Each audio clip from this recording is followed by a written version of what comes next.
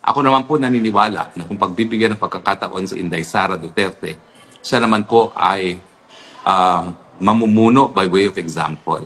Wala po talagang marangyang pamumuhay ang nakikita ko. Hindi lang kay Inday Sara, kundi na rin sa kanyang ama. At siyempre, sumusunod lamang sa Inday Sara sa paa o sa yapak ng kanyang ama.